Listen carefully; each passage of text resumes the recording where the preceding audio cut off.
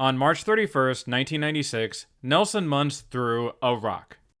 And down went the Sunsphere. Once a symbol of Tennessee pride, it now rests smashed against the concrete, crushing Bart's poor rental car. What a waste. I mean, what a waste of Bart's rental car. They must have spent forever animating this. But the Sunsphere? Meh. Look at how crappy this thing looks. This relic from a 25-year-old World's Fair full of wigs. They definitely should have gone to Disney World.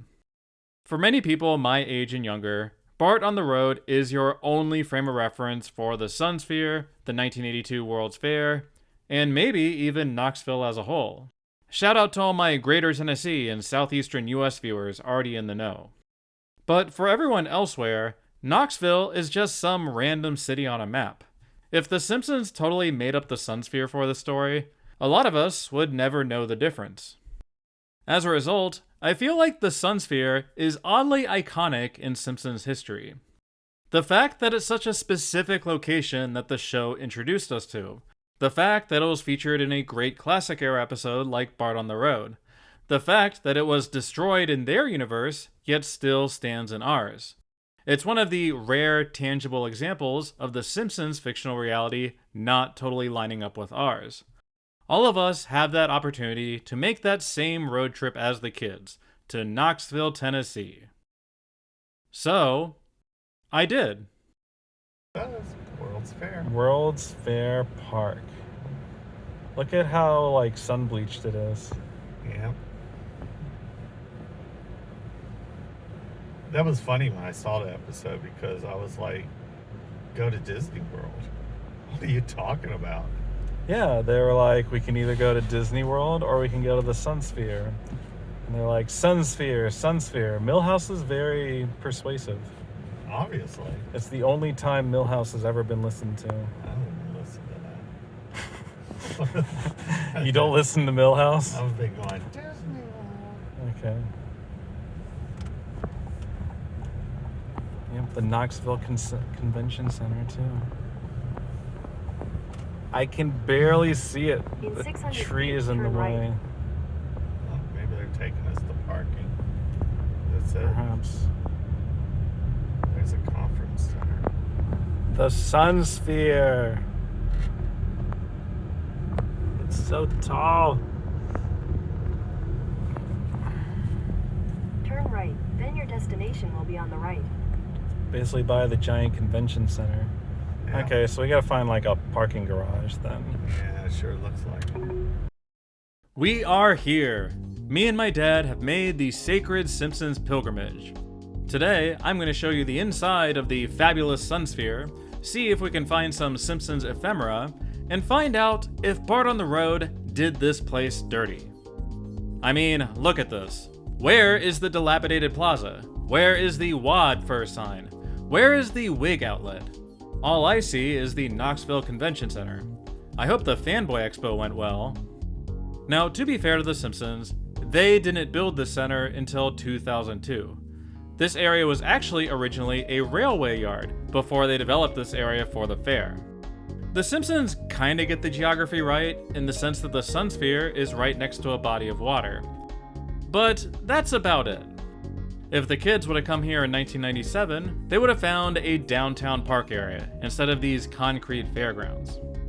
Unfortunately, there is no former visitor center or wig store on ground level. The main hub, where you buy tickets and get information, seems to be on floor 3 instead. Like I said, the geography of the Simpsons episode is kinda wonky. But who cares about old visitor centers? Let's check out that view from the top.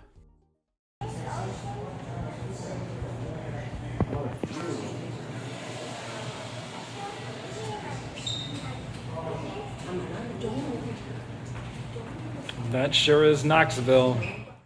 Okay, so clearly I wasn't totally blown away by the view at first. The Sunsphere stands 266 feet tall, so it's relatively small potatoes compared to the view from skyscrapers and other scenic locales. Still, it does provide a full 360-degree view of downtown Knoxville, where you can walk around the circle and look in whatever direction you want. The room is fairly spacious too. You can just walk around it at your leisure. Comparatively, something like the St. Louis Arch gives you a more dazzling view, but is a bit more cramped and claustrophobic, and you have to view things through a tiny window. The Sunsphere is cool in how you're surrounded by these large panes of windows where you can easily take it in as you go around. I do wish the sides of the window panes were a bit smaller. Having all these lines obstructing your view is not ideal. I was very keen on not dropping my phone over the railing onto the glass panes below, so you're mostly getting views of the skyline. There are actually a couple floors right above this that currently aren't in use, where they tried to get a restaurant going and some other meeting spaces up there. So I'm sure there's another view from atop the Sunsphere that the public doesn't get to see. For some reason, I was expecting the top to be this giant glass dome, like the Sphere in Vegas.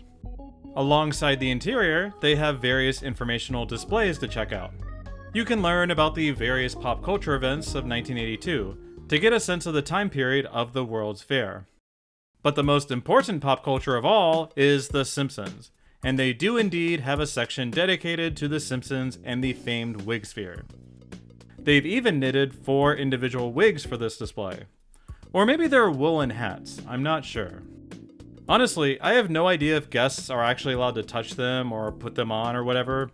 Like, they're totally out in the open to check out with no guard or protective glass or anything. I didn't want to get thrown out of the Sunsphere, so I was content to leave them be. For some reason, Bart isn't represented here, despite him being the one to actually visit the Sunsphere. But anyway, I love this Marge wig in particular. The layered beehive is pretty sweet. The Simpsons were kind enough to donate a copy of the Bart on the Road script, open to the page where the kids discuss the Sunsphere. This is an awesome gesture to send over a copy. For a Simpsons dork like me, it's so cool to get to see a classic era script like this. The Simpsons really did leave their mark on this place. In the glass display case below, we have a recreation of that faithful AAA guidebook. It's interesting how much this cartoony design clashes with our real world. But damn, that is exactly like the guidebook in the episode. It's like Knoxville memorializing, here's the real reason why all this happened. Plus, they have Homer's car, pink number 6 by my count. In the rest of the case, they have some pop culture memorabilia related to the World's Fair, such as Pac-Man and Kodak film. The rest of the interior provides facts and historical information about the Sunsphere and the Knoxville World's Fair. Previously, I knew next to nothing about the 1982 World's Fair, except for the tidbits of info that Milhouse read off to sell them on the idea. So now, I'm curious, would the kids even have had a good time there if it were still going on? Based on the info on this wall, it's clear that Martin would have absolutely loved the 1982 World's Fair. This one in particular was focused on energy production. After all, the Sunsphere itself evokes the powerful energy of the sun. The theme is right there in the building I'm standing in. Nearby Oak Ridge, Tennessee, as Lisa told us, is the birthplace of the atomic bomb and is home to a national laboratory. Now, they don't actually have a commercial nuclear power plant like Springfield, but it's clear the Simpsons writers did actually incorporate real-life Knoxville area history into the plot. So all this focus on energy would be extremely appealing to a STEM nerd like Martin. As for the rest of the kids, it would have been a mixed bag. As I look through the display cases at the various World's Fair merch, not a lot of the events or exhibitions stand out as being appealing to these guys. You see all these Rubik's Cubes around this place? Well, Milhouse was indeed correct about the Hungarian pavilion displaying a large mechanized Rubik's Cube in honor of its inventor. The real-life one is actually still on display at the nearby Knoxville Convention Center. So they definitely would have enjoyed that. They might have enjoyed the Japan Pavilion too, where they've showed off a robotic arm that can write, and theater seats that move around as you watch the movie. The World's Fair had a midway too, featuring a bunch of amusement park rides, including the tallest Ferris wheel in the world at the time. They would have ridden the hell out of this upside-down pirate ship ride. Nelson might have enjoyed some of the musical acts at the newly built Tennessee Amphitheater. And if they were a little older, there's always this stuff. This is for Barney Gumble right here. You know, The Simpsons is so old, Barney Gumble probably did go to the World's Fair in 1982. If it had beer, had Stroh's. Oh, is Stroh actually a real beer? Stroh's a beer, yeah. Are they still around? Yes. Oh, okay. That just shows how much beer I drink, huh? Other than those odds and ends, I think the kids would have found the mix of technology demonstrations and cultural displays pretty dull, like many kids do during their first trip to Epcot. I had never considered before the parallels of their choices being Knoxville versus Disney World. They could either go to a World's Fair or a park based on a World's Fair. And the Simpsons did go to Epcot later, so full circle, I guess. Overall, I don't think they would have had a horrible time if they were able to go to the World's Fair. They just would have found the whole thing hokey and dry. If only they weren't 15 years too late. When the Simpsons actually came here, like the Sunsphere was actually really junky and like broken, like the panels were all broken and stuff. I believe it. So like they portrayed it as a giant dump at the time. And then like they couldn't even go up it. And then like Nelson was like, "This sucks," and he throws a rock at it, and like the whole thing just goes over and just falls over.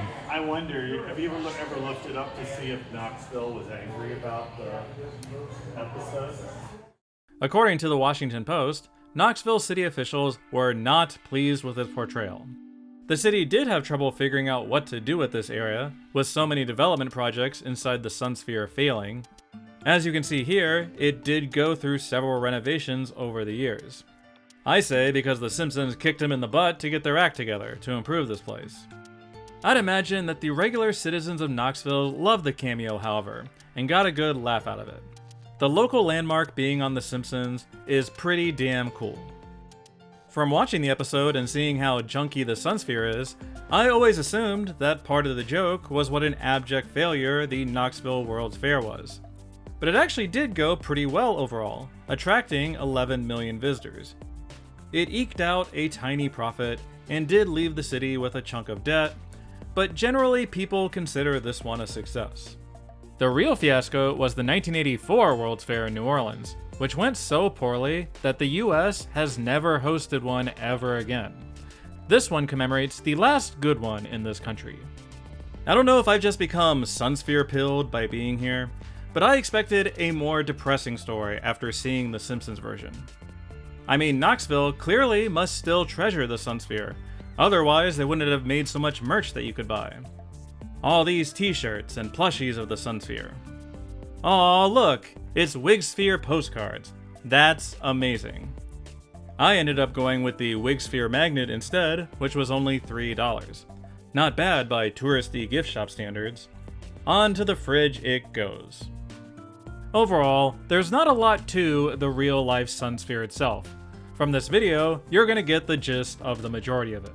You can do pretty much everything in about 15 minutes. However, I think Simpsons fans should absolutely go visit the Sunsphere if they're ever in the area. If you're vacationing in Gatlinburg or Pigeon Forge, it's literally only a 45-minute drive. You can drive there and back quickly in an afternoon. I have always wanted to go to the Sunsphere. I said so in a video a few years ago, but at the time, I didn't know exactly why. Like, what is the draw of going to the Sunsphere? But I think the answer lies in Bart on the Road itself. Bart on the Road is the definitive road trip episode of The Simpsons.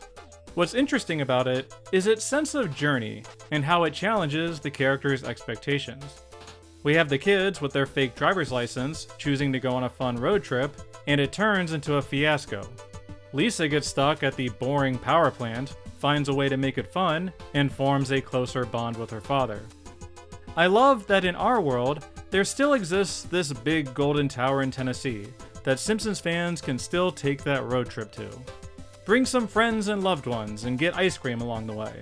Make a bunch of dumb Simpsons references as you look over the side. Throw a rock at the Sunsphere. Actually, don't do that. I don't endorse throwing rocks at it. But that silly pointlessness is the fun of it. As a Simpsons fan, you go to the Sunsphere for the meme of actually going to the Sunsphere.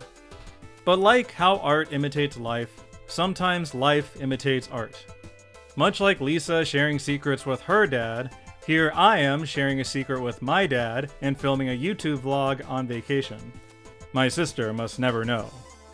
My dad and I chatted about The Simpsons in the 1980s and created a treasured memory here. I think that it's really cool that Bart on the Road can encourage you to make your own real-life version of this episode, and that the city of Knoxville embraced that bit of pop culture. This building is now tied to this franchise. If there ever were a dedicated Simpsons convention, I think we know where it needs to be. The Simpsons most definitely did the Sunsphere dirty in Bart on the Road, but for Simpsons fans, this is a pilgrimage worth taking. I mean, hey, it can't go worse than what happened in the episode, right?